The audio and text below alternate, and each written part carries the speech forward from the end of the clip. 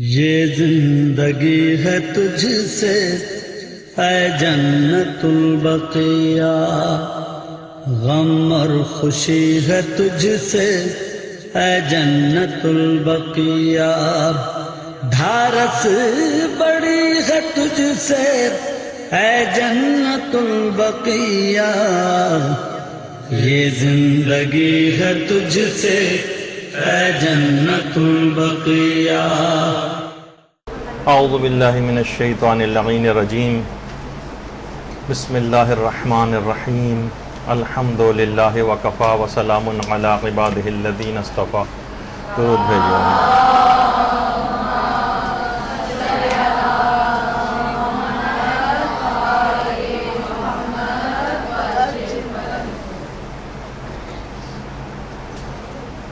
آج 7 شوال کا دن آ گیا ہے اور کل 8 شوال کا دن ہوگا۔ آج سے سالوں پہلے یہی 8 شوال تھی اور 1344 ہجری تھی۔ 21 اپریل کا دن تھا، 1925 کا سن چل رہا تھا کہ چشم فلک نے ایک ایسی صبح دیکھی کہ وہ جگہ جہاں 10,000 سے زائد صحابہ کرام مدفون ہیں، جہاں اہل بیت اطہار علیہم السلام کی قبور ہیں، جہاں ہمارے ائمہ معصومین علیہم السلام کی قبریں ہیں، جہاں اولیاء خدا اور علماء کے پاکیزہ نفوس آرام کر رہے ہیں، وہاں پر بلڈوزر چلے، بیلچے چلے اور ایک ہی دن میں جنت البقیع کا یہ جنت کا ٹکڑا ایک ویران ملبے کا ڈھیر بن گیا۔ وہ بقیع جو اس قدر مقدس کہ خدا کے رسول کے قدموں نے جس کی خاک کو چھوا، وہ بقیع جو اتنا باعظمت کہ رسول اسلام کی نگاہیں اس کے اوپر پڑیں، وہ بقیع جو اتنا عظیم کہ جہاں پر قبے بنے ہوئے تھے، گنبد بنے ہوئے تھے، اور اب وہاں گویا ایک چٹیل میدان۔ پیغمبر اکثر جنت البقیع کے باسیوں کو سلام کرنے کے لیے اور طلب مغفرت کے لیے، یعنی بقیع کے مدفون لوگوں کی، وہاں پر اکثر آیا کرتے تھے۔ یہ وہ سرزمین ہے کہ جو مجاہدین اور شہداء کی بستی، یہ بظاہر خاک ہے مگر اس کا نور کسی آفتاب سے کم نہیں۔ یہاں وہ مکین آباد ہیں جو پیغمبر اسلام سے محبت کرتے تھے اور پیغمبر اسلام ان سے محبت کرتے تھے۔ یہاں معصومین علیہم السلام کی قبور ہیں، یہاں پر مزارات ہیں، یہاں پر کبھی گنبد و مینار ہوا کرتے تھے، اور ہمیشہ سے بقیع زیارت گاہ خاص و عام رہا ہے۔ مگر اب وہاں یہ حالت ہے کہ وہاں پر شکستہ، بکھرے ہوئے اور اشک بار پتھروں کے علاوہ کچھ نہیں۔ یہ تاریخ کی ایک عظیم اور عجیب مظلوم بستی، یہ آباد لوگوں کا ویران گھر، اس کی ایک ایک قبر نوحہ کرتی ہوئی نظر آتی، اور مسلمانوں سے اپنی زبان بے زبانی سے ان کی دینی حمیت اور ان کی غیرت کو آوازیں دیتی ہوئی نظر آتی۔ یہ جنت البقیع ہے، اس کے مکینوں اور باسیوں پر ہم سب کا سلام۔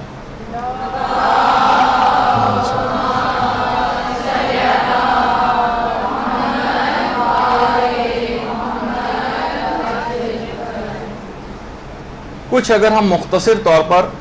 اس پہ گفتگو سے پہلے تھوڑی سی اس کی تاریخ بھی اگر دیکھ لیں کہ اس جنت البقیع کا اصل نام اور پرانا نام بقیع الغرقد تھا۔ ایک خاص قسم کے درخت جن کا نام غرقد تھا یہاں پر لگے ہوئے تھے، اور پیغمبر اسلام نے سب سے پہلے حضرت عثمان ابن مظعون، حضرت عثمان ابن عفان نہیں جو مسلمانوں کے تیسرے خلیفہ ہیں، بلکہ عثمان ابن مظعون، ان کی قبر سب سے پہلے پیغمبر نے یہاں کے درختوں کو کاٹ کر بنائی تھی. اور صحیح مسلم میں بھی ہے باقاعدہ کہ پیغمبر اسلام نے فرمایا تھا کہ خدا نے مجھے حکم دیا ہے کہ میں بقی آ کر اہل بقی کے لیے دعائے مغفرت کروں، اور اس وجہ سے پیغمبر اکثر یہاں پر آتے تھے، سلام بھی کرتے تھے. ان تمام باتوں سے بھی یہ بات ظاہر ہوئی، جیسا کہ اکثر وہابیوں کا نظریہ ہے، بلکہ سارے وہابیوں کا ہی، کہ اس بات سے ثابت ہوتی ہے کہ زیارت قبور سنت رسول ہے. اور تاریخ کی تمام کتابوں سے یہ بات ثابت ہے کہ یہاں پر گنبد ہوا کرتے تھے، مینار ہوا کرتے تھے، یہاں پر باقاعدہ ذریحیں بنی ہوئی تھیں، جیسے کہ ابھی آگے چل کر ہم تصاویر سے اس بات کو واضح بھی کریں گے.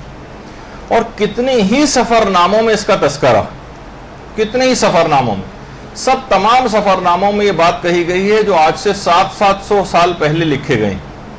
کہ باقاعدہ یہاں پر ذریحیں تھیں، گنبد تھے، قبے بنے ہوئے تھے، ان کے اوپر عمارتیں بنی ہوئی تھیں قبروں کے اوپر، جس پہ ہم تفصیل سے آگے چل کر بات کریں گے. خاص طور پر سفر نامہ ابن بطوطہ، اس کے اندر ابن بطوطہ نے خاص طور پر یہ باتیں لکھی ہیں اور پوری تفصیل بیان کی ہے کہ یہاں پر قبور کس طرح سے تھیں. اس کے علاوہ سفر نامہ ابن جبیر یہ 7ویں صدی ہجری کے اندر ہی سفر نامہ لکھا گیا ہے، اور ابن جبیر نے تفصیل کے ساتھ ایک ایک قبر کے متعلق مینشن کیا ہے اس بات کو کہ کس کس قبر کے اوپر میں نے یہاں پر گنبد بنے ہوئے دیکھے ہیں، ان کا رنگ کیا تھا، وہ کس کس چیز سے بنے ہوئے گنبد تھے. تو سوچی کہ 7ویں صدی ہجری میں ابن جبیر نے سفر نامہ لکھا ہے، اور اس کے 150 سال بعد ابن بطوطہ نے سفر نامہ لکھا ہے. اس کے اندر تمام ان باتوں کا تذکرہ ہے. اور صرف یہی نہیں بلکہ وفاء الوفا جو علامہ سمہودی کی کتاب ہے، اس میں بھی ان گنبدوں کا اور ان پر بنی قبروں میں بنی ہوئی عمارتوں کا تذکرہ ہے. اس کے علاوہ مرعۃ الحرمین، اس کے اندر اس بات کا تذکرہ ہے. مروج الذہب جو علامہ مسعودی کی بہت مشہور کتاب ہے، اس میں ان تمام گنبدوں کا تذکرہ ہے. اور تذکرۃ الخواص جو سبط ابن جوزی کی کتاب ہے، اس کے اندر بھی اس بات کا تذکرہ موجود ہے. یہ تمام تاریخ کی کتابوں کے اندر ایسا نہیں ہے کہ اکثر مسلمانوں کا، جیسے کہ ابھی بھی اگر آپ کسی سے پوچھیں تو لوگ بالکل واقف نہیں ہیں، اور شاید یہ بات سمجھتے ہیں کہ جنت البقیع جس طرح موجودہ حالت میں ہے، تقریباً 90% سے زائد شاید مسلمان اسی بات کو سمجھتے ہیں کہ پیغمبر اسلام کے دور میں اور اس کے بعد کے ادوار میں بھی ایسا ہی یہ چلا آ رہا ہے. ان کو نہیں پتا کہ یہاں کی قبروں کی کیا حالت تھی. اور اس کے بعد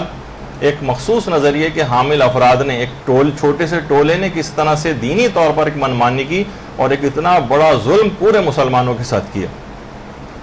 تو یہ بتانے کی بھی ضرورت ہے آگے چل کر، اس لحاظ سے جو ہماری ذمہ داریاں بنتی ہیں آج کے دن کے حوالے سے، وہ پھر ہم آخر میں اس بات کا بھی تذکرہ کریں گے. سب سے پہلے جو یہاں پر دفن ہوئے ہیں وہ حضرت عثمان ابن مظعون ہیں. پیغمبر اسلام نے ان کی قبر خود بنائی تھی، اور باقاعدہ 2 پتھر، ایک سرہانے اور ایک پائنتی، عثمان ابن مظعون کی قبر کے قریب ہی پیغمبر نے رکھا تھا، اور قبر کا ایک اس طرح سے نشان بھی بنایا تھا تاکہ آنے والے زائرین اپنا اظہار عقیدت و محبت کر سکیں. لیکن جو پتھر پیغمبر نے رکھے تھے وہ حاکم شام کے دور میں اس کے گورنر مروان ابن حکم نے ہٹا دیے. مروان ابن حکم نے وہ پتھر ہٹا دیے اور توہین کی،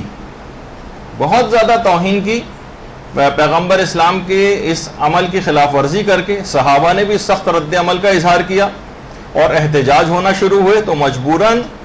پھر یہ پتھر دوبارہ رکھے گئے. نہ صرف پتھر دوبارہ رکھے گئے بلکہ حضرت عثمان ابن مظعون کی قبر پر ایک گنبد بھی بنایا گیا اسی زمانے میں. اور پھر اس کے بعد حضرت عثمان ابن مظعون جب یہاں سب سے پہلے مدفون ہیں، اس کے بعد پیغمبر اسلام کے فرزند حضرت ابراہیم علیہ السلام، اللہم صلی علی محمد و علی محمد، جو بچپن ہی میں انتقال کر گئے تھے. حضرت ابراہیم وہ بھی یہیں پر مدفون ہے. پیغمبر اسلام نے ان کو یہاں پر خود دفن کیا. پیغمبر اسلام نے ان کی قبر پہ بیٹھ کے بہت گریہ فرمایا، یہاں تک کہ روایتوں میں ملتا ہے کہ قبر جو ہے عاشقوں سے مسلسل پیغمبر کے اشک مبارک قبر کے اوپر جو ہے وہ گرتے رہے۔ پھر اس کے بعد امام حسن علیہ الصلوۃ والسلام، اللہم صلی علی محمد وعلی محمد، وہ یہاں پر مدفون ہوئے، اور امام حسن علیہ السلام نے باقاعدہ وصیت بھی کی تھی۔ نہیں، اس سے پہلے ایک اور بات کا تذکرہ کر دیا جائے، اس سے پہلے تو شہزادی کونین سلام اللہ علیہ اللہم صلی علی محمد وعلی محمد،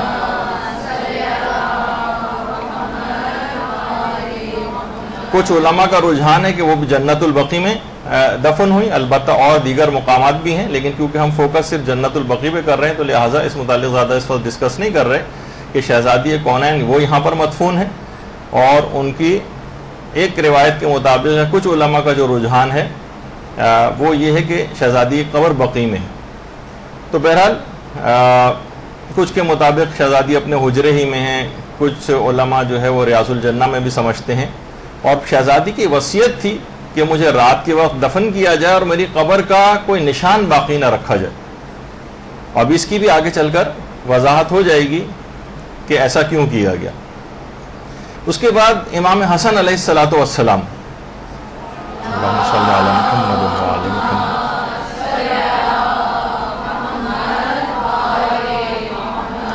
ان کی بھی وصیت یہ تھی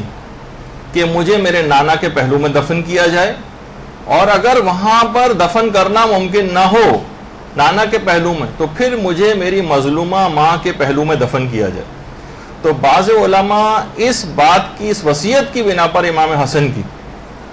وہ اس بات کو سمجھتے ہیں کہ حضرت زہرا کی قبر شاید پھر بقیع میں ہی ہے، کیونکہ امام حسن نے وصیت کی تھی کہ اگر مجھے نانا کے پہلو میں دفن نہ ہونے دیا جائے تو مجھے میری مظلومہ ماں کے پہلو میں دفن کیا جائے۔ تو ہو سکتا ہے کہ پھر امام حسن علیہ الصلوۃ والسلام کیونکہ بقیع میں دفن ہے تو ہو سکتا ہے کہ شہزادی کی قبر بھی وہیں پر ہو، مگر بہرحال یہ بات اس لحاظ سے یقینی نہیں ہے۔ اس کے علاوہ یہاں پر جو مدفون ہیں ان میں ہمارے 4 دیگر ائمہ بھی ہیں، امام حسن علیہ السلام، چوتھے امام زین العابدین علیہ السلام، امام محمد باقر علیہ السلام، اور امام جعفر صادق علیہ الصلوۃ والسلام۔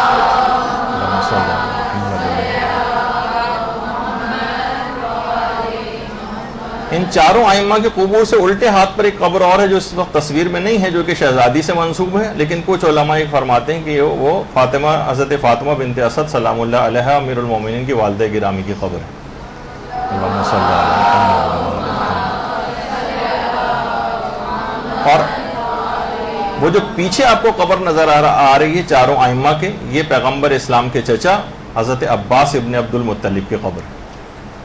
اور پھر اسی رو میں تھوڑا سا اور آگے چلیں تاکہ آپ کو اندازہ ہو جائے کہ بقیع میں کون کون مدفون ہیں، تو اس میں حضرت ام البنین حضرت عباس علمدار کی والدہ گرامی،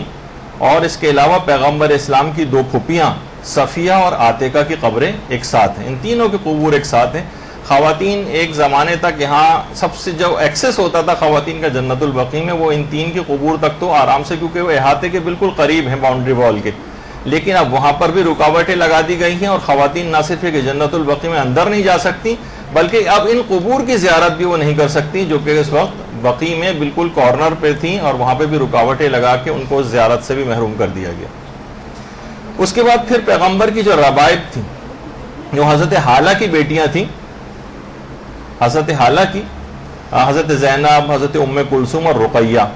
یہ پیغمبر اسلام کی حقیقی بیٹیاں نہیں تھیں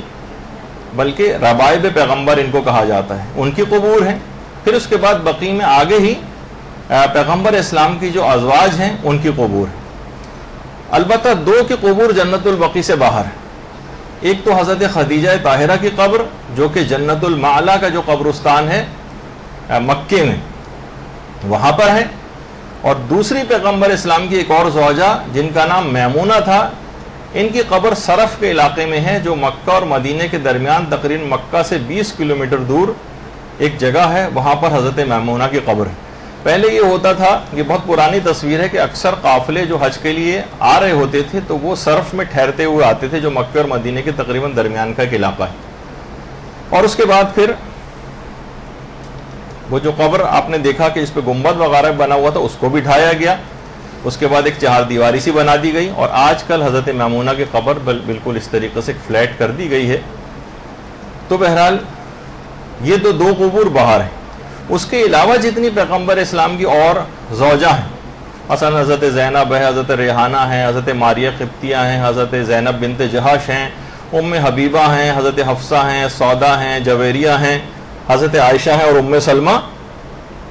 سلام اللہ علیہ، ان تمام کی جو قبور ہیں وہ یہیں ایک ساتھ جنت البقیع میں۔ اچھا، اسی طرح سے ایک اندازہ آپ کو ہو جائے کہ جنت البقیع ہی میں حضرت عقیل ابن ابی طالب کی قبر بھی ہے، امیر المومنین کے برادر، اور اس کے علاوہ حضرت عبداللہ ابن جعفر طیار جو کہ حضرت زینب سلام اللہ علیہ کے شوہر تھے، ان کی قبر بھی جنت البقیع میں ہی ہے۔ اور اس کے علاوہ چھٹے امام کے فرزند اسماعیل، ان کی قبر بھی یہیں پر ہے۔ اس کے علاوہ تھوڑا سا آگے اور چلتے ہیں اس میں، تو یہاں پر واقع حرہ کے جو شہید تھے، کہ واقع کربلا کے بعد ایک سال کے اندر یزید نے مدینہ کے اوپر حملہ کیا تھا، اور مدینہ کے لوگوں کی جان مال و عزت و آبرو کو مباح قرار دے دیا تھا۔ بہت ہی بڑی تعداد میں یہاں پر شہادتیں واقع ہوئیں، اور بہت سے علماء اس بات کے قائل ہیں کہ حضرت عبداللہ ابن جعفر طیار حضرت زینب کے شوہر بھی واقع حرہ ہی میں شہید ہوئے۔ اور اس کے علاوہ شہدائے احد جو زخمی ہو گئے تھے مدینہ میں، ان کو بھی شہدائے مکے میں، ان کو بھی نہیں، مدینہ میں شہدائے احد جو حضرت حمزہ کی قبر کے قریب ہیں، جو زخمی ہو گئے تھے وہ لائے گئے تھے یہاں پر، اور زخمی ہونے کے بعد یہاں ان کا انتقال ہوا، شہادت ہوئی، تو ان کو پھر یہیں پر جنت البقیع میں دفن کیا گیا۔ اس کے علاوہ حضرت مالک ابن انس جو فقہ مالکی کے امام ہیں علماء اہل سنت میں، جو فقیہ تھے، ان کی قبر بھی یہیں پر ہے، اور ان کے استاد نافع، ان کی قبر بھی یہاں پر ہے۔ اور جنت البقیع کا باقاعدہ پورا ایک نقشہ بھی ہے جو کہ کتابوں میں ہے، کہ قبروں کی یہاں پر جو بھی ممکن ہو سکا کہ اس کی ترتیب کیا ہے وہ بھی کتابوں کے اندر اویلیبل ہے۔ اور اس کے علاوہ پھر حضرت عثمان ابن عفان، ان کی قبر بھی یہیں پر ہے۔ یہ البتہ علاقہ پہلے بقیع سے باہر تھا، اور کہا جاتا ہے کہ یہودیوں کا قبرستان تھا حش کوکب، وہاں پر ان کو دفن کر دیا گیا تھا اس زمانے میں، لیکن مروان نے بعد میں معاویہ کے دور میں دونوں قبرستانوں کے درمیان ایک درمیانی ایک دیوار تھی، وہ اسے توڑ دی تھی، اور اس کے بعد پھر قبرستان کو بقیع میں شامل کر لیا گیا تھا۔ اور اسی بقیع کے اندر حضرت حلیمہ سعدیہ کی قبر بھی ہے، پیغمبر اسلام کی رضائی والدہ، ان کی قبر بھی یہیں پر ہے۔ اور حضرت حلیمہ سعدیہ کا ایک مکان بھی ہوا کرتا تھا کہ جس میں وہ رہا کرتی تھیں، اور پیغمبر اسلام کی پرورش بھی انہوں نے وہاں پر کی، لیکن ایک زمانے تک وہ مکان بھی تھا، لیکن اس کے بعد اس کو بھی پھر ڈھا دیا گیا، جس طرح اور قبور اور دیگر جو نشانیاں وہاں پر موجود تھیں اس کو ختم کیا گیا، تو اس کے ساتھ ساتھ یہ مکان بھی ختم ہو گیا۔ اچھا، کچھ کے متعلق تو یقینی طور پر پتہ ہے کہ ظاہر ہے کہ وہ جنت البقیع میں مدفون،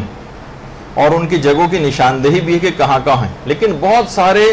ایسے بھی ہیں اس کے اندر پہلے تو یہاں پر قبر کے اوپر ایک نشانی بھی ہوا کرتی تھی، اور بعض قبروں کے اوپر نام بھی لکھے ہوئے تھے کہ یہاں پر کون کون مدفون ہیں، لیکن جب سے اس کو بقیع کو برابر کیا گیا، ڈیمولش کیا گیا، اور بہت بڑا ظلم ہوا، تو بہت سی قبروں کے نشان بالکل ختم ہو گئے۔ جیسے محمد ابن حنفیہ، ان کی قبر یہاں پر تھی، سعد ابن معاذ پیغمبر اسلام کے صحابی، ان کی قبر یہاں پر تھی، اب پتہ نہیں کہاں ہے۔ حضرت ابو سعید خدری، ان کی قبر یہاں پر تھی، حضرت مقداد کی قبر یہاں پر تھی، مالک اشتر کی قبر یہاں پر تھی، جابر بن عبداللہ انصاری کی قبر یہاں پر تھی، زید ابن حارثہ، سعد ابن عبادہ، معاذ ابن جبل، اور عبداللہ ابن مسعود، سعد ابن زرارہ، کتنے ایسے مشہور ترین صحابہ ہیں کہ جن کی قبر کا اب کوئی نشان باقی نہیں، اور کچھ نہیں معلوم کہ اب یہ ان تمام قبرستان بقیع میں کس جگہ پر یہ افراد موجود ہیں۔ اچھا، اب تھوڑا سا ایک آپ کو اس کا ایک بتا دیا جائے کہ اگر آپ اس لحاظ سے دیکھیں، یہ آپ کے سامنے پیغمبر اسلام کا روضہ ہے،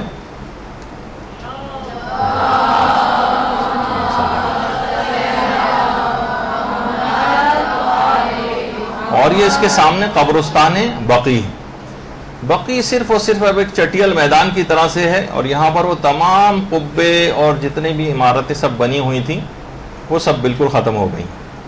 اور یہ دور جس جگہ پہ آپ کو یہ درخت سے نظر آ رہے ہیں، اس کے پیچھے ہی بیت الحزن ہوا کرتا تھا، یا جس کو بیت الاحزان کہا جاتا ہے، کہ جہاں پہ شہزادی کونین کے رونے کے لیے امیر المومنین نے گھر بنایا تھا، کہ لوگوں نے شکایت کی تھی کہ ہمارے آرام میں خلل پڑتا ہے، تو یہ دن میں روئیں یا رات میں روئیں. اور اس کے بعد یہ پورا ایک اس لحاظ سے ایک ویو ہے، اگر آپ دیکھیں کہ 3 ڈائمینشنل ویو ہے. تو بہرحال یہ تاکہ آپ کے سامنے ایک اندازہ ہو جائے کہ بقی کس جگہ پر ہے. جنہوں نے بقی کو نہیں دیکھا ہے تاکہ وہ دیکھ لیں کہ پیغمبر اسلام کے روضہ اور مسجد نبوی کے بالکل سامنے یہ ہے. اور جو بہت شروع میں جس جگہ زیادہ لوگوں کا رش نظر آ رہا ہے آپ کو تھوڑا سا رائٹ سائڈ کے اوپر، یہاں ہی ائمہ بقی کی قبریں ہیں، سب سے زیادہ رش یہیں پر نظر آتا ہے. اور باقی یہ بلو والے اس میں جو نظر آ رہے ہیں تجہیز و تکفین وغیرہ کا ایک ادارہ ہے کہ جو یہاں پہ لوگ انتقال کر جاتے ہیں ان کی تجہیز و تکفین کے لیے وہ یہاں پر ورک کرتا ہے، تاکہ یہ آپ کے سامنے ایک چیز آ جائے. اچھا، تو بات یہ ہو رہی تھی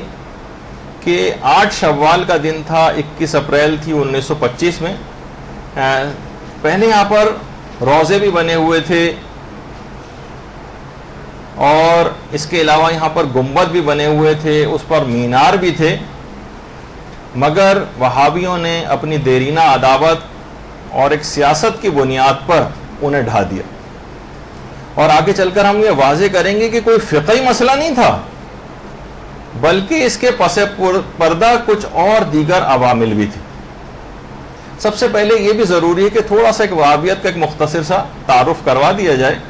کہ دیکھیے یہ جو مٹھی بھر ٹولہ ہے یہ دنیا میں فقط اور فقط اپنے آپ کو صرف اکیلا موحد سمجھتا ہے کہ توحید پرست صرف ہم ہیں، اور خود کو یہ ایک دین کا ایک ٹھیکیدار سمجھتا ہے. یہ قبور پر تعمیرات کے بھی خلاف ہے، یہ قبور کی زیارت کے خلاف ہے، یہ قبور کے لیے سفر کرنے، ان کی زیارت کے لیے سفر کرنے کے خلاف ہے، یہ خواتین کے قبرستان جانے کے خلاف ہے، یہ توسل کے خلاف ہے، یہ چومنے کے خلاف ہے، قبروں کو، ذریحوں کو، ان کو ہاتھ لگانے کو، ان کی طرف دعا مانگنے کو، ان کے قریب کھڑے ہو کر نماز پڑھنے کو. اور جو جعلی اور ضعیف قسم کی کچھ احادیث کا ان لوگوں نے سہارا لیا ہوا ہے، ان کا مفہوم کچھ اور ہے جو کہ ہم آگے چل کر اپنی اس گفتگو میں تھوڑا سا ڈسکس کریں گے. اور ان تمام باتوں کی وجہ سے ان تمام چیزوں کو اس چھوٹے سے گروہ نے حرام قرار دیا ہوا. ان کے نزدیک پوری دنیا میں ان لوگوں کے علاوہ کوئی بھی مسلمان نہیں ہے، اور جتنے بھی دنیا کے مسلمان وہاں پر آتے ہیں وہ سارے کافر و مشرک ہیں. یہی وجہ ہے کہ ان کے ساتھ انتہائی ہتک آمیز اور توہین آمیز سلوک کیا جاتا ہے.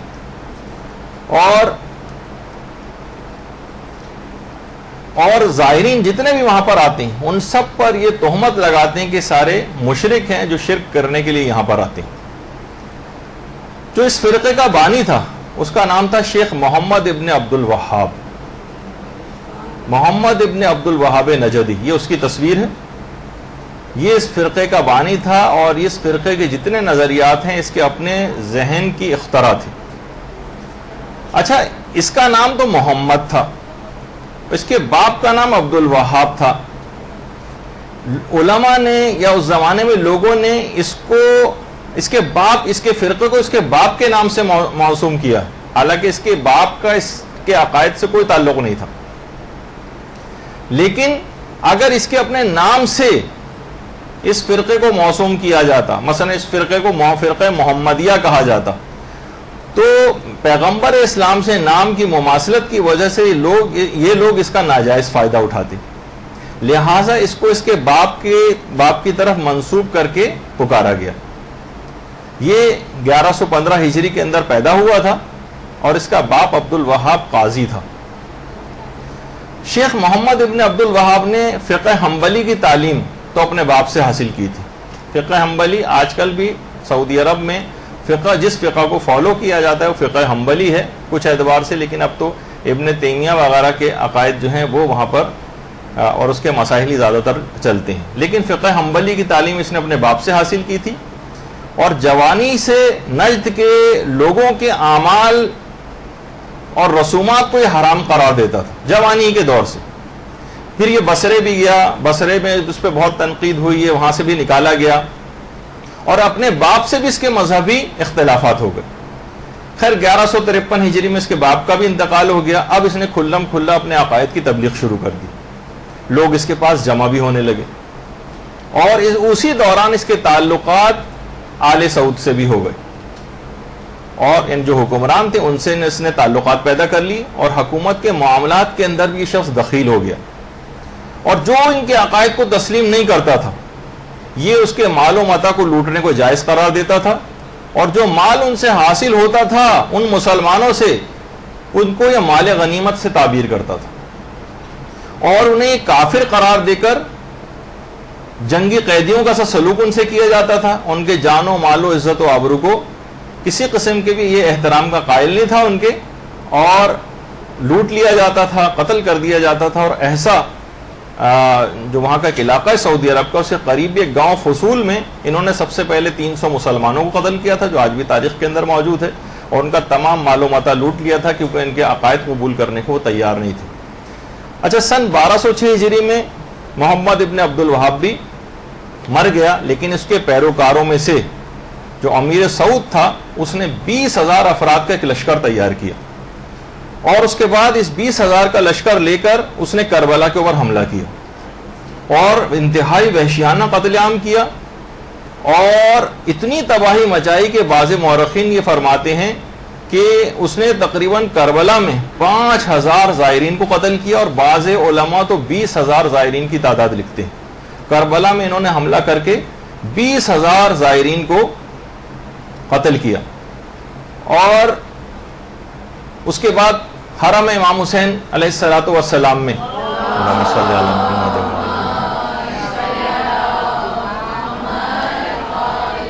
بہت لوٹ مار مچائی اور وہاں پر جتنا بھی سونا تھا اور تبرکات تھے وہ سب کے سب انہوں نے لوٹ لیے اور یہ حملے کے لیے انہوں نے جس دن کا انتخاب کیا تھا وہ 18 ذی الحجہ عید غدیر کے دن کا انتخاب کیا تھا. اور علامہ سید محمد جواد عاملی جنہوں نے کتاب لکھی ہے مفتاح الکرامہ, اس میں ان وہابیوں کے کربلا پر حملے کی پوری تفصیل ہے 7ویں جلد کے اندر اور تفصیل کے ساتھ اس سانحے کا ذکر کیا. اور اس کے بعد بھی ایسا نہیں کہ فقط ایک دفعہ وہابیوں نے کربلا کے اوپر حملہ کیا ہو بلکہ اس کے بعد بھی کربلا اور نجف اور اطراف کے جتنے علاقے تھے 12 مرتبہ وہابیوں نے وہاں پر حملے کیے اور یہ باقاعدہ کربلا اور نجف کو بلاد شرک اور دارالکفر کا نام دیتے تھے اور اسی وجہ سے انہوں نے وہاں کی جان و مال و عزت و آبرو کو مباح قرار دے دیا تھا اور لوٹ مار کا بازار گرم کر رکھا تھا. تو بہرحال یہ دماغ میں رہے کہ یہ جو محمد ابن عبد الوہاب تھا اور اس کا جو مذہب اس نے کی بنیاد اس نے رکھی وہابیت کی, یہ انتہائی سخت خشک اور جامد دین. اس زمانے ہی سے علماء نے اس کے طور طریقوں کی مخالفت کرنی شروع کر دی تھی اس زمانے سے ہی. اور اس کے جو والد تھے عبد الوہاب اور بھائی تھے سلیمان ابن عبد الوہاب جو کہ فقہ حنبلی کے بہت بڑے علماء میں ان دونوں کا شمار ہوتا تھا, وہ سخت اس کے نظریات کے خلاف ہو گئے تھے. اور اس کا جو بھائی تھا اس نے تو کتاب پوری اس کے خلاف لکھی, الصواعق الالہیہ فی الرد علی الوہابیہ, جس میں اس نے محمد ابن عبد الوہاب کے نظریات کا سختی کے ساتھ رد کیا. یہ باقاعدہ اس کے سگے بھائی کی کتاب جو سلیمان ابن عبد الوہاب تھا اس نے پوری کتاب محمد ابن عبد الوہاب کے خلاف لکھی تھی اور اس کے باپ بھی اس کے نظریات کے خلاف تھا اور اس کے اپنے بھائی بھی اس کے نظریات کے شدت کے ساتھ مخالف تھا. بعد میں خیر ابو العباس احمد ابن عبد العلیم جو ابن تیمیہ کے نام سے مشہور اور جس کی تاریخ وفات تقریباً 728 ہجری تھی, وہ بھی حنبلی تھا اور اس کے عقائد ہی بعد میں وہابی فرقے کے اعتقادات کی جو ہے وہ بنیاد قرار پائے. یہ ابن تیمیہ کی قبر ہے اور ابھی آگے چل کر بہت سی ہم اس کی قبر کو دوبارہ بھی دکھائیں گے آپ کو تاکہ آپ کے دماغ میں یہ بات رہے کہ دیکھیے ان کی اپنی قبور اس طرح سے بنی ہوئی. آگے چل کے بہت ساری چیزیں, لیکن وہاں پر انہوں نے قبروں کا کیا حشر کیا ہے اور جو رائل قبرستان ہے وہاں کے ان کے وہاں کی قبور جو ہے اور وہ وہاں کس طرح سے ان لوگوں کے طور طریقے ہیں وہ بھی آگے چل کر جو ہے وہ ذکر ہوں گے. تو بہرحال ابن تیمیہ ہی بعد میں اس فرقہ وہابیہ کے عقائد کی بنیاد قرار پایا اور آج تک اسی کی پیروی ہوتی. اچھا, اس کے بعد سن 1344 ہجری کے قریب آل سعود نے مکہ اور مدینہ اور نواحی علاقوں میں بھی قبضہ کر لیا اور نہ صرف بقی بلکہ خاندان رسالت اور اصحاب رسول کے جو روضوں اور مقابر جو ہیں ان کو ڈھانے کی کوششیں اور بہانے شروع کر دی. سمجھ میں نہیں آتا تھا ان لوگوں کے آخر کون سا ایسا کوئی طریقہ اختیار کریں, کوئی ایسا شرعی طریقہ حاصل ہو جائے تاکہ ہمیں عام عوام کی حمایت بھی حاصل ہو جائے. اس کے لیے انہوں نے کیا کیا کہ نجد کا جو قاضی القضات تھا سلیمان, اس کو مدینے روانہ کیا اور کہا کہ تم جاؤ اور جا کر وہاں کے مفتیوں سے, مدینے کے مفتیوں سے گفتگو کرو اور گفتگو کے ذریعے انہیں قائل کرو کہ یہ سب کفر اور شرک ہے, تو لہٰذا ان قبروں کو ڈھایا جائے. اور اس کے لیے باقاعدہ ایک سوال نامہ بھی بنایا, اور وہ سوال نامہ اس طریقے کا تھا جس کا لازمی نتیجہ یہی تھا کہ جو وہ چاہتے تھے اسی طرح کے جوابات ان کو ملے. جیسے آپ کو یاد ہے نا کہ یہاں پر ایک ریفرنڈم کرایا تھا ضیاء الحق نے, جو یہاں کا ایک دفعہ حکمران پاکستان کا گزرا ہے, اس نے باقاعدہ ایک ریفرنڈم کرایا تھا اور اس میں کہا تھا اگر آپ چاہتے ہیں کہ پاکستان میں اسلامی نظام نافذ ہو جائے, اگر آپ ہاں کہتے ہیں تو میں خود بخود 5 سال کے لیے صدر منتخب ہو جاتا ہوں. یعنی کہ ایسا شرمناک قسم کا وہ ریفرنڈم جو یہاں پر کرایا گیا. تو بعض اوقات اس طرح ہی کے سوال نامے بنائے جاتے ہیں. ظاہر ہے کوئی بھی نہیں لکھے گا کہ میں اسلام کا نفاذ یہاں پر نہیں چاہتا, تو نفاذ چاہنے پہ جیسی ٹک لگائیں گے خود بخود یہ سمجھا جائے گا کہ آپ نے ضیاء الحق کو 5 سال کے لیے صدر منتخب کر لیا. تو اس زمانے سے یہ سلسلہ انہوں نے بھی اپنے آباء و اجداد سے سیکھا ہوا تھا, اور وہی چیز اس ریفرنڈم میں انہوں نے کی. اور آج بھی حالانکہ خود وہابیت کا کافی زیادہ پرچار کرنے والا اور وہابیت کو فروغ دینے والا, لیکن ان کی بھی قبریں ایسی ہیں اور اس کے اوپر بھی باقاعدہ پوری عمارت اور سب کچھ بنی ہوئی. یہ سارے فتوے صرف بقی کی حد تک ہیں, جنت المالا کی حد تک ہیں, لیکن اپنی جو قبور ہیں ان لوگوں کی, خاموشی سنی,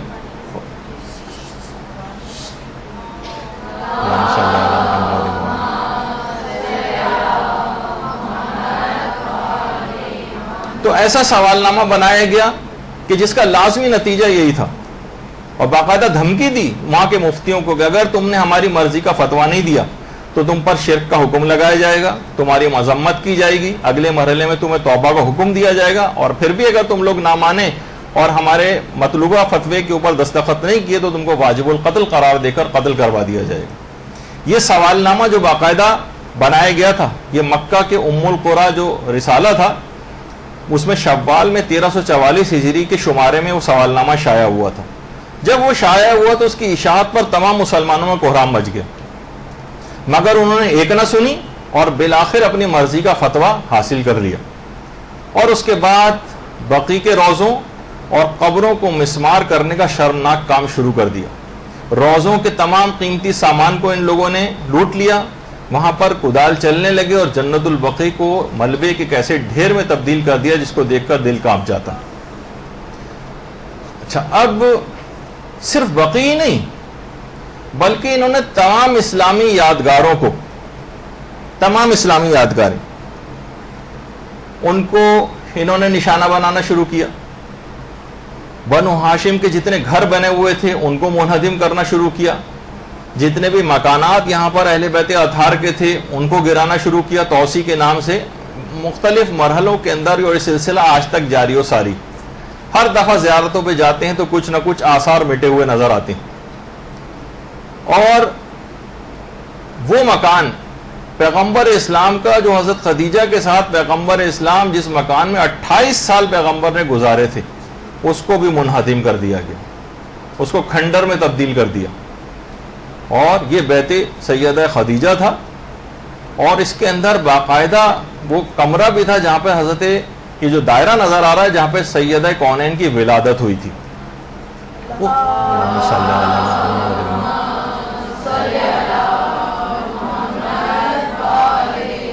ان سب پہ مختلف ادوار میں بلڈوزر چلائے جاتے رہے اور ان مکانات کو رفتہ رفتہ ختم کرواتے چلے گئے, کیونکہ ایک دم سے کرنے میں وہ بھگت چکے تھے کہ عالم اسلام کا ایک دم سے ری ایکشن ہوتا ہے. تو اب توسیع کے نام پر, حالانکہ توسیع کے ساتھ ساتھ ان کو پریزرو کر کے بھی توسیع ہو سکتی تھی جیسے آگے چل کر ہم واضح کریں گے اپنی گفتگو میں, لیکن اس کے باوجود بھی ان کو ڈیمولش کر دیا گیا, منہدم کر دیا گیا اور ان کے آثار کو ختم کر دیا گیا خاص نظریے کی بنا پہ جو آگے چل کر آئے گا. اور صرف ہی کی حد تک بات نہیں رہی بلکہ خود حضرت حمزہ کا گھر تھا اس کو بھی منہدم کیا گیا. دار ارقم جو اولین تبلیغ کا مرکز تھا, حضرت زید ابن ارقم کا جو گھر تھا توسیع کے نام پر, اس کو بھی منہدم کر دیا گیا. اور صرف یہی نہیں کہ صرف مکے اور مدینے کی حد تک بات رہتی, بلکہ جدہ میں حضرت حوا کی قبر بھی تھی، اس کا نشان بھی تقریباً خود جو جدہ میں رہتے ہیں ان کو بھی آج کل پتہ نہیں ہے کہ وہ اس کا نشان کس طریقے سے غائب کر دیا گیا، لیکن بہت سے علماء نے لکھا ہے کہ اس کا نام جدہ تھا اسی وجہ سے کہ ہم سب کی جدہ حضرت حوا کی قبر یہاں پر تھی۔ اس کے علاوہ ایک روایت کے مطابق مقام ابوا میں حضرت آمنہ پیغمبر اسلام کی والدہ گرامی کی قبر تھی۔ اللہم صلی علی محمد و علی محمد۔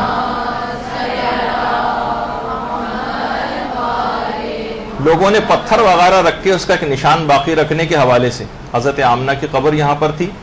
اب وہ بھی نہیں پتا کہ اب وہ اس کا نشان بھی شاید یہ پتھر وغیرہ بھی اب ہٹا دیے گئے ہیں۔ کچھ پرانی تصاویر ہیں کہ جن کو پتہ چل جاتا تھا وہاں پر جاتے تھے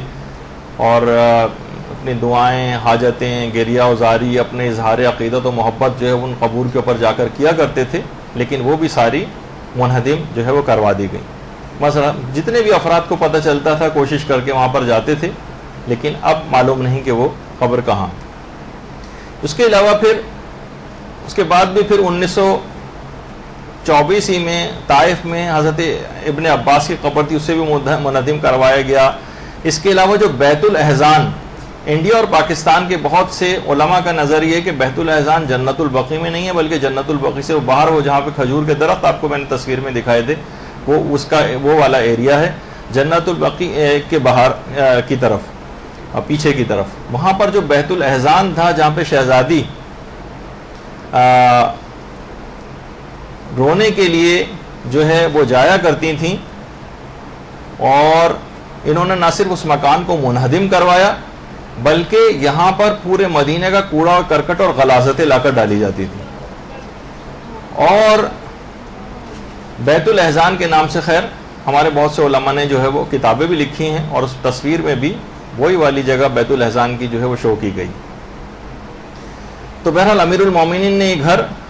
جو ہے وہ بنوایا تھا۔ لیکن کچھ علماء یہ کہتے ہیں کہ نہیں، خاص طور پر ایران کے کچھ علماء وہ کہتے ہیں کہ یہ مدینے سے ذرا یہ جنت البقیع سے باہر نہیں تھا بیت الاحزان، بلکہ بیت الاحزان جنت البقیع کے اندر ہی کسی جگہ پر تھا۔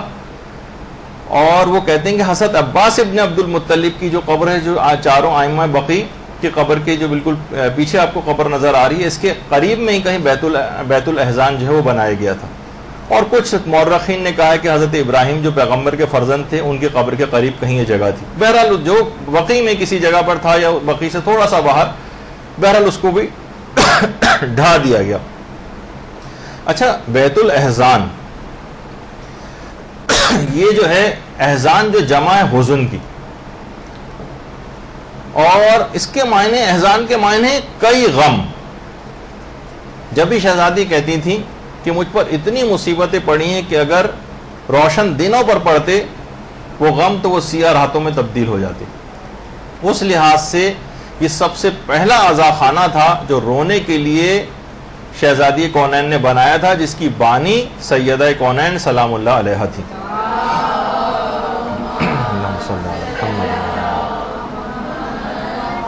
اور موجودہ جتنے بھی عزاخانے موجودہ وہ سب کے سب بی بی کی اسی سیرت کی پیروی میں بنائے گئے۔ جب بھی بحر الانوار کی 5ویں جلد میں امام زمانہ علیہ الصلوۃ والسلام کا بھی فرمان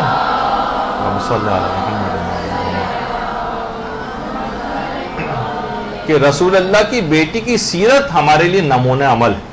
اور 5ویں امام بھی یہ بات بیان فرماتے ہیں کہ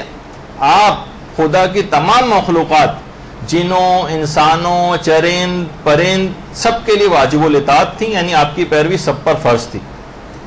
تو بہرحال یہ جو کچھ بھی آج جتنے بھی عزاخانے، موجودہ عزاخانے جتنے بھی بنائے جاتے ہیں ہمارے ملکوں میں، یہ سب بی بی کی اسی سیرت کی پیروی میں بنائے جاتے ہیں۔ اس کو معمولی چیز نہ سمجھیں، اور یہ بی بی کی سیرت کی پیروی ہی کے اندر بنائے جاتے ہیں۔ اچھا، یہ بات یاد رہے کہ وہابیت کے فروغ میں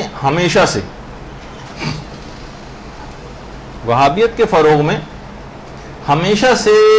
یہود و نصارہ کا بڑا ہاتھ رہا، اور جو برطانوی جاسوس تھا جس کا نام تھا ہیمفرے، یہ ہیمفر جس کو کہا جاتا ہے، ہیمفرے، باقاعدہ اس کے اوپر پوری کتاب بھی ہے ہمفرے کے اعترافات کے نام سے۔ جس میں اس نے اپنے قریبی روابط کا محمد ابن عبد الوہاب کے ساتھ اس کا ذکر کیا. وہ برطانیہ کا وہ جاسوس, اور باقاعدہ انگلش میں بھی confessions of a British spy کے نام سے یہ جو ہے ترجمہ بھی ہو چکا ہے, جس میں اس برطانوی جاسوس جس نے بہت بڑا پارٹ پلے کیا تھا محمد ابن عبد الوہاب کے عقائد کو ڈسٹارٹ کرنے میں, اس میں انحراف لانے میں,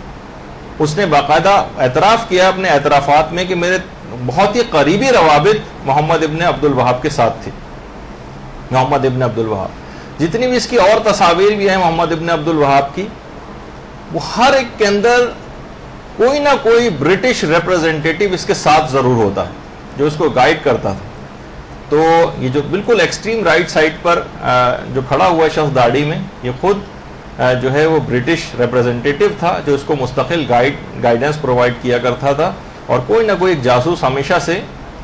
ان لوگوں کے ساتھ جو ہے وہ رہا ہے. تو وہ کتاب جو ہے بہرحال ہمفرے کے اعترافات یہ اردو زبان میں بھی شائع ہو چکی ہے, اس کو بھی آپ ضرور لے کر کبھی موقع ملے تو پڑھیے گا, جس میں تفصیل اس بات کی ہے. تو اس کے اسلامی عقائد کو نہ صرف اس ہمفرے نے منحرف کیا, بلکہ پھر اس نے ایک 6 نکاتی منصوبہ بھی بنایا, ایک لاہ عمل بنایا. اچھا, یہ جو دستاویزات تھیں یہ ساری, یہ جنگ عظیم دوم کے زمانے میں جو دوسری جنگ عظیم ہوئی تھی اس میں جرمنوں کے ہاتھ لگ گئیں, تو ان کو پروپیگنڈے کا برطانیہ کے خلاف ایک بہت زبردست ایک موقع مل گیا. اس کے بعد جرمنوں کے جب ہاتھ لگے تو انہوں نے اپنے ایک رسالے اسپیگول میں اس کو شائع کیا. پھر فرانس کے رسالوں میں بھی یہ تمام چیزیں شائع ہوئیں, اب اس کا اردو ترجمہ بھی ہو گیا ہے. تو بہرحال اس کے بعد بھی یہ سلسلہ رکا نہیں, ہمفرے ساتھ لگا ہوا تھا. بعد میں پھر 1916 سے 1918 کے درمیان lieutenant colonel T E Lawrence یہ باقاعدہ جو ہے وہاں پر جاسوس کے طور پر بھیجا گیا, اور وہابیوں کو پھر یہ گائیڈ کرتا رہا اس کے بعد کے ادوار میں, اور ایک فتنے کے طور پر اس کو باقاعدہ 1916 کے اندر جو ہے وہ کھڑا کیا گیا, اور اس پر بعد میں فلمیں بھی بنی لارنس آف عربیہ کے نام سے, جو کہ آپ نے اکثر سنا ہوگا. تو آج تک اس ٹولے کی جو سرپرستی ہے وہ ظالم حکومتیں یہود و نصارہ کر رہے ہیں, وہابی ٹولے کی, اور اس کا پروف حال ہی میں ہیلری کلنٹن نے اپنے ایک بیان میں کیا جو اس نے کانگریس کے اندر خطاب کیا ہے, جو کہ ہم اب آپ کو سنوا رہے ہیں. اس کو ذرا تھوڑا سا آپ غور سے سنیے گا کہ اس نے کیا کہا ہے. Let's remember here, the people we are fighting today, we funded 20 years ago. The people we are fighting today, we funded 20 years ago. The people we are fighting today, we funded 20 years ago. And we did it because we were locked in this struggle with the Soviet Union. They invaded Afghanistan, and we did not want to see them control Central Asia, and we went to work. And it was President Reagan in partnership with the Congress, led by Democrats, who said, you know what, sounds like a pretty good idea. Let's get some to come from Saudi Arabia and other places, importing their Wahhabi brand of Islam from Saudi Arabia and other places, importing their Wahhabi brand of Islam from Saudi Arabia and other places, importing their Wahhabi brand of Islam so that we can go beat the Soviet Union. And guess what? They retreated. They lost billions of dollars, and it led to the collapse of the Soviet Union. تو آپ نے دیکھا کہ انہوں نے واضح طور پر یہ چیز بتائی کہ اس کے لیے ہم نے وہابی برانڈ آف اسلام جو ہے اس کو درآمد کیا, اور اس کے ذریعے سے پھر روس کو جو ہے وہ شکست دی. تو یہ ہمیشہ سے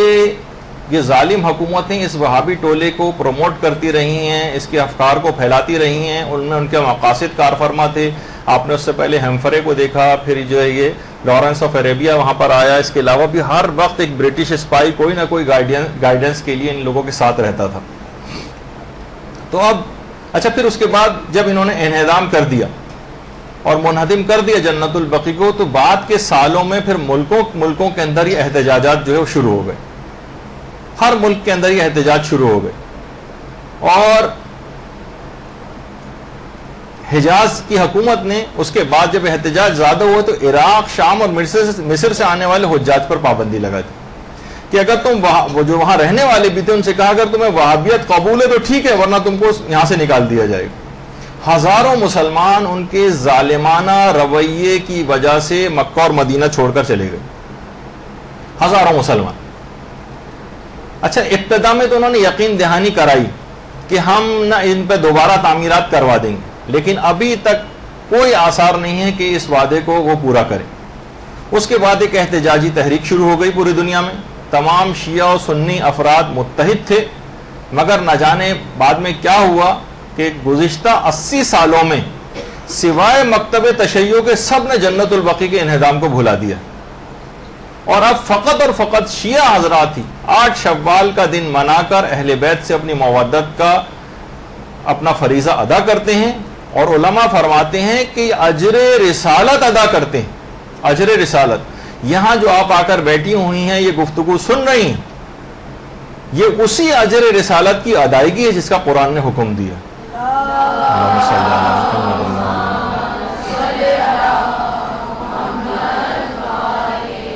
دیکھیں، انہدام جنت البقیع کوئی فقہی مسئلہ نہیں تھا،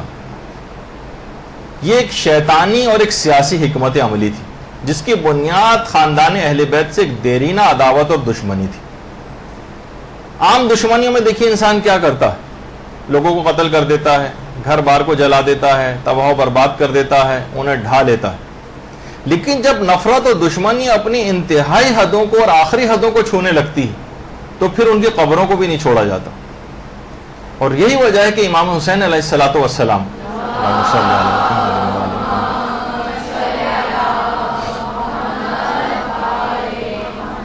بعد میں آنے والے ظالم حکمران، انہوں نے نہ صرف امام کی قبر پر ہل چلائے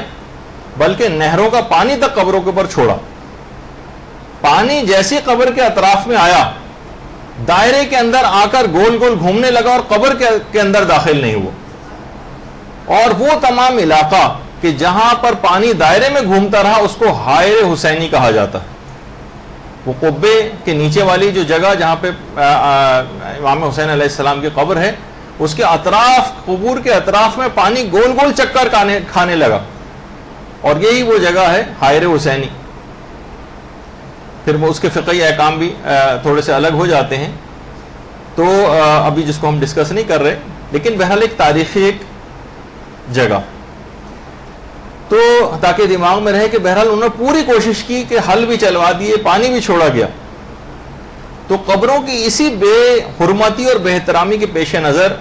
بہت سارے مقاصد تھے، ان میں سے ایک مقصد یہ بھی تھا، شہزادی نے جو اپنی قبر کو مخفی رکھنے کی تاکید کی تھی، اور آج تک شہزادی کی قبر کا کوئی نشان اسی وجہ سے باقی نہیں۔ ایک بے حرمتی کا خوف، اس کے علاوہ امیر المومنین کی قبر کو بھی مخفی رکھا گیا، اور کتنی ساری قبور امام حسن نے کھودی تھی تاکہ مخفی کر دیا جائے، پھر کہیں بہت بعد میں جا کے ہارون رشید عباسی کے دور میں امیر المومنین کی قبر اطہر جو ہے وہ ظاہر ہوئی۔ تو اہل بیت سے وہی دشمنی آج تک چلی آ رہی ہے۔ اہل بیت جو آج بھی اپنے قبور کے ذریعے اپنے ماننے والوں سے ایک روحانی رابطہ رکھتے ہیں، یہ اس روحانی رابطے کو بھی ختم کر دینا چاہتے ہیں۔ تو یہی وجہ ہے کہ بلڈوزر چلائے گئے، بیلچے چلائے گئے، اور وہ تمام قبے، گنبد، مینار اور جو عمارتیں تھیں ان سب کو منہدم کر دیا گیا۔ اچھا، اس رابطے کو توڑنے کے لیے انہیں کچھ بھی کرنا پڑا، انہوں نے کیا، چاہے ان کو شرک اور بدعت کے فتوے جو ہے وہ لگانے پڑے۔ علامہ ابن قیم جوزی جو ابن تیمیہ کے شاگرد تھے، اس نے پوری کتاب لکھی ہے زاد المعاد فی ہدی خیر الغیب۔ اس نے لکھا ہے کہ قبروں پر ان تعمیر عمارتوں کا ڈھا دینا واجب، اور اگر ان کا ڈھانا ممکن ہو تو ایک دن کی تاخیر کرنا بھی جائز ہے۔ یہ باقاعدہ اپنے زاد المعاد کتاب کے اندر اپنے نظریے کا اظہار کیا۔ یعنی اتنی سختگیری اس کے بعد بھی ان کو چین نہیں آیا، اور خیر 22 اپریل ابھی 2009 سے 3 سال پہلے بدھ کے دن جب صبح کے وقت فجر کی نماز کے بعد جب بقیع کھلتا ہے اور زائرین جب بقیع کے اندر داخل ہوئے تو دیکھا کہ ائمہ اہل بیت کی قبور نگاہوں سے اوجھل، اور لال رنگ کی اس کے باوجود، حالانکہ کتنے دور روک دیا جاتا ہے لیکن وہ قبریں آنکھوں کے سامنے بھی نہ آئے، اس کے لیے پارٹیشن لال رنگ کے پوری قطار کے اندر جو ہے وہ لگا دی گئی، اور لال یہ رکاوٹیں کھڑی کر دیں کہ جو لوگ ان کے قبور کو دیکھ بھی نہ سکیں۔ یہ ابھی بالکل 22 اپریل 2009 کو یہ واقعہ ہوا۔ اچھا، یہ جو کام کیا تھا انہوں نے ٹوکن کے طور پہ کیا، کہ مسلمانوں کے برداشت کے ایک لیول کو چیک کرنا، اور اس کے بعد اعلان بھی انہوں نے کیا کہ اب یہ پرماننٹ کر دیا گیا ہے اور اب ان قبور کو دیکھنا بھی ممکن نہیں ہے۔ لیکن بہرحال اس کے بعد احتجاج ہوا، بڑا سخت احتجاج ہوا، اور خود ایران نے حکومتی سطح پر اس میں احتجاج کیا، اور دیگر ممالک کے مسلمانوں کی طرف سے بھی احتجاج ہوا۔ مجبوراً 24 گھنٹے کے اندر اندر وہ رکاوٹیں ان کو ہٹانی پڑ گئی۔ لیکن یہ 24 گھنٹے اہل بیت کے چاہنے والوں کے اوپر بہت ہی سنگین، بہت سنگین۔ تو یہ اس طرح سے کہ دور سے صرف قبریں بھی نظر نہیں آ رہی تھیں اور اس انداز سے، اور وہاں پر متوے بھی کھڑے کر دیے ایسے جو کہ عام طور پر ہوتے بھی ہیں، پولیس اور فوج وغیرہ وہ بھی اندر جو آ گئی تھی، اور حج کے قریب کے جو ہے ظاہر ہے کہ